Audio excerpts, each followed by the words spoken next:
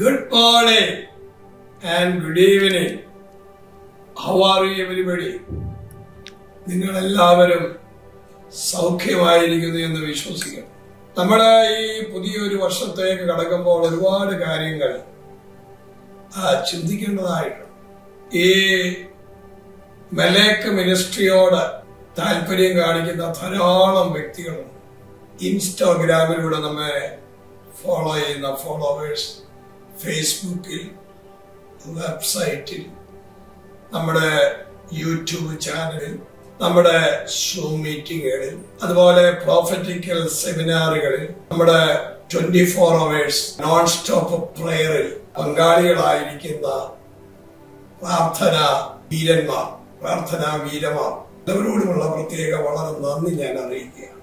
നിങ്ങളുടെ എല്ലാം സഹകരണവും ആ സ്നേഹവും അപ്പനെ പോലെ, അമ്മയെ പോലെ, സഹോദരങ്ങളെ പോലെ, ജ്യേഷ്ഠ സഹോദരനെ പോലെ ഒക്കെ കാണിച്ച കരുതലും സ്നേഹവുമാണ് ഈ മിനിസ്ട്രി ഇന്നും വളർന്നുകൊണ്ടിരിക്കുന്നത്.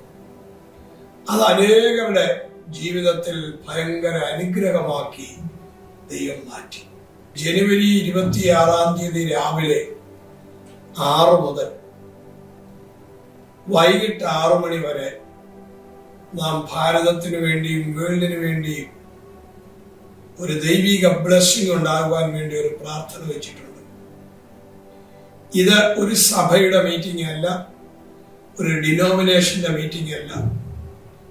താല്പര്യമുള്ള എല്ലാവർക്കും ദൈവസ്നേഹം നിറഞ്ഞ നിങ്ങൾ കടന്നു വരികയും സഹകരിക്കുകയും ചെയ്യണമെന്ന് ഓർപ്പിക്കുന്നു. അന്ന് എല്ലാവർക്കും ഫുഡ് ഫ്രീ ആണ്.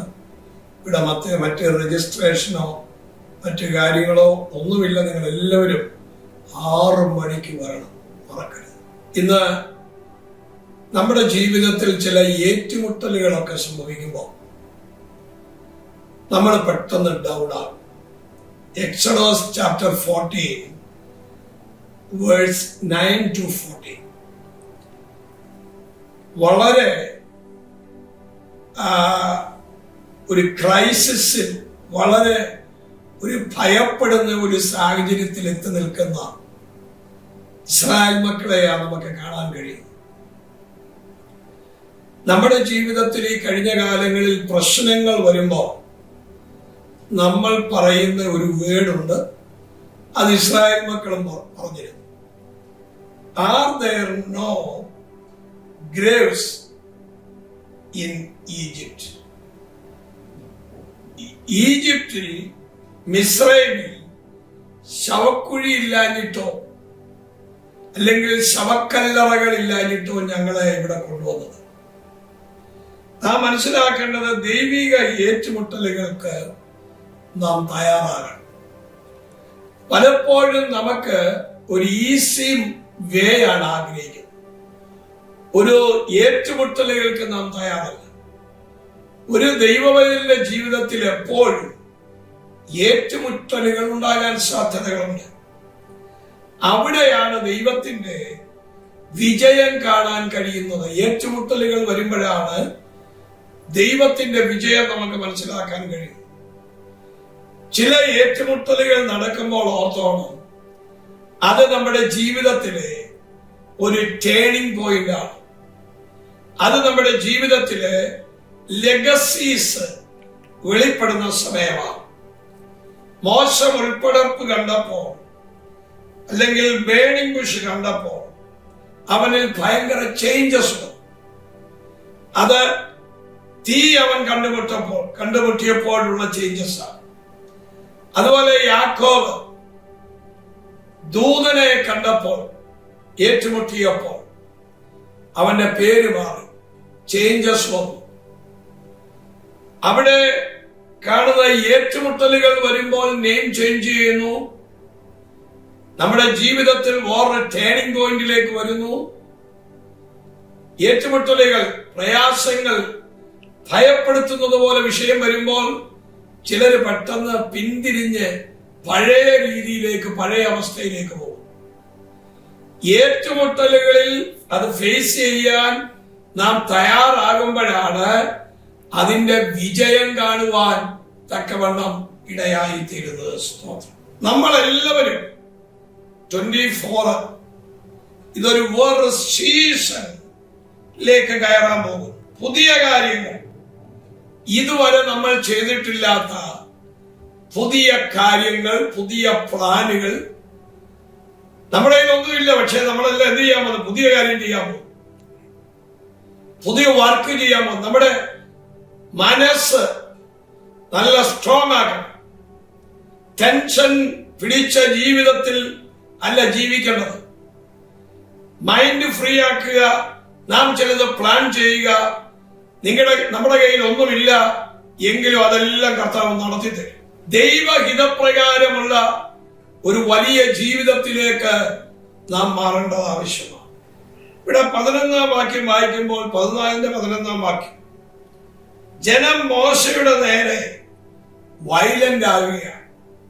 നിങ്ങൾ ചിന്തിച്ചു നോക്കി, മോശയുടെ നേരെ വയലന്റ് ആകുകയാണ്. ഞങ്ങൾക്ക് Are there no graves in Egypt? ഈജിപ്തിൽ ശവക്കുഴിയില്ലാഞ്ഞിട്ടാണോ ഞങ്ങളെ കൊണ്ടുപോകുന്നത്? ഇന്നും അതുപോലെ ഒരുപാട് ഇറങ്ങിത്തിരിച്ച് ഒരുപാട് സഞ്ചരിച്ച് കുറെ കഴിയുമ്പോൾ ചില ഏറ്റുമുട്ടലുകൾ വരുമ്പോ സാധാരണ ചിലർ പറയുന്ന കാര്യമാണ്, പഴയതായിരുന്നു നല്ലത്, പഴയത് മതിയാകും. ഏറ്റുമുട്ടലില്ലെങ്കിൽ വിജയം എങ്ങനെ അറിയും? രണ്ട് രാജ്യങ്ങൾ തമ്മിൽ ഫുട്ബോൾ കളിയിൽ ഏർപ്പെടുമ്പോൾ ഏറ്റുമുട്ടുന്നു, അല്ലെങ്കിൽ രണ്ട് ഗുസ്തിക്കാർ തമ്മിൽ ഏറ്റുമുട്ടുമ്പോൾ അവരിൽ ഒരാളിൽ വിജയം വരുന്നു. ഏറ്റുമുട്ടലുകളിലാണ് വിജയം കൊണ്ടുവരുന്നത്. അതുകൊണ്ട് പ്രതിസന്ധികളും പ്രശ്നങ്ങളും ഏറ്റുമുട്ടലുകളും വേണ്ട എന്നാലും പറയരുത്. അതിന്റെ മുമ്പിൽ തോറ്റോടരുത്, അതിന്റെ മുമ്പിൽ തിരിഞ്ഞു പോകരുത്.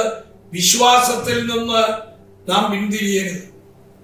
എത്രയോ പേര് ഈ കൊറോണ സീസണിൽ പിന്തിരിഞ്ഞു പോയി. എത്രയോ പേര് പ്രതിസന്ധികൾ വന്നപ്പോൾ, ഉദ്ദേശിക്കുന്ന കാര്യം നടക്കാതെ വന്നപ്പോൾ തിരിഞ്ഞുപോയി. അങ്ങനെയല്ല, നാം ഉറച്ചു നിൽക്കണം. നമ്മുടെ ഹൃദയം വളരെ സ്ട്രോങ് ആയിരിക്കണം. അവിടെയാ ദൈവത്തിന്റെ പ്രവർത്തികൾ നടക്കുന്നത്. അതുകൊണ്ട് ഏറ്റുമുട്ടലിന്റെ മുന്നിൽ നാം തളർന്നു പോകരുത്. The Lord will fight for you. ദൈവം നിങ്ങൾക്ക് വേണ്ടി യുദ്ധം ചെയ്യും. അതാ മനസ്സിലാക്കേണ്ടത്. നമ്മുടെ ജീവിതത്തിൽ ഏറ്റുമുട്ടലുകൾ വരുമ്പോൾ എന്റെ കൂടെ ആരുമില്ല, ആരെന്നെ സഹായിക്കും, ഇതൊന്നും പറഞ്ഞുകൊണ്ടിരിക്കരുത്. കാരണം അവിടെ മനസ്സിലാക്കേണ്ടത് Lord will fight for you. ദൈവം നമുക്ക് വേണ്ടി യുദ്ധം ചെയ്യും, ഫൈറ്റ് ചെയ്യും. ദൈവം ജയം കൊണ്ടുവരും. നമ്മുടെ ദൈവം എങ്ങും തോറ്റിട്ടില്ല. അവൻ നമ്മെ തോൽപ്പിക്കുന്നവനുമല്ല. അവൻ ദൈവത്തിന്റെ പക്ഷത്താണ് നാം നിൽക്കുന്നതെങ്കിൽ വിജയം നമ്മുടെ മുൻപിലുണ്ട്. ഞാൻ നിങ്ങൾക്ക് വേണ്ടി പ്രാർത്ഥിക്കാം. ചില ഏറ്റുമുട്ടലുകൾ നിങ്ങളുടെ ടേണിംഗ് പോയിന്റാണ്. ചില ഏറ്റുമുട്ടലുകൾ നിങ്ങളെ ലക്ഷ്യസ്ഥാനത്ത് എത്തിക്കാമോ. ചിലത് നിന്നുപോയത് പുതിയ ആരംഭങ്ങൾ ഇടാനാണ്. മറക്കരുത്. യേശുവേ നന്ദി. ഈ പുതിയ വർഷം ഈ ജനത്തെ അനുഗ്രഹിക്കണം. അങ്ങയുടെ വൻകരം നീട്ടേണ്ടതിനു വേണ്ടി പ്രാർത്ഥിക്കും. അങ്ങ് മഹാത്ഭുതങ്ങളെ ചെയ്യണമേ. അങ്ങയുടെ പ്രവർത്തിക്ക് നന്ദി. ഇപ്പോൾ അവരുടെ മേൽ ആമേൻ അവർ നിരാശ കൊണ്ട് പറഞ്ഞ വാക്കുകൾ ക്ഷമിക്കണമേ. ഒരു വലിയ ദൈവപ്രവൃത്തി അവരുടെ മേൽ ആരംഭിക്കണമേ എന്ന് പ്രാർത്ഥിക്കും. അങ്ങ് വലിയ അത്ഭുതം ചെയ്യണം. യേശുവിൻ നാമത്തിൽ തന്നെ. God bless you. Love you. കർത്താവ് എല്ലാവരെയും അനുഗ്രഹിക്കും.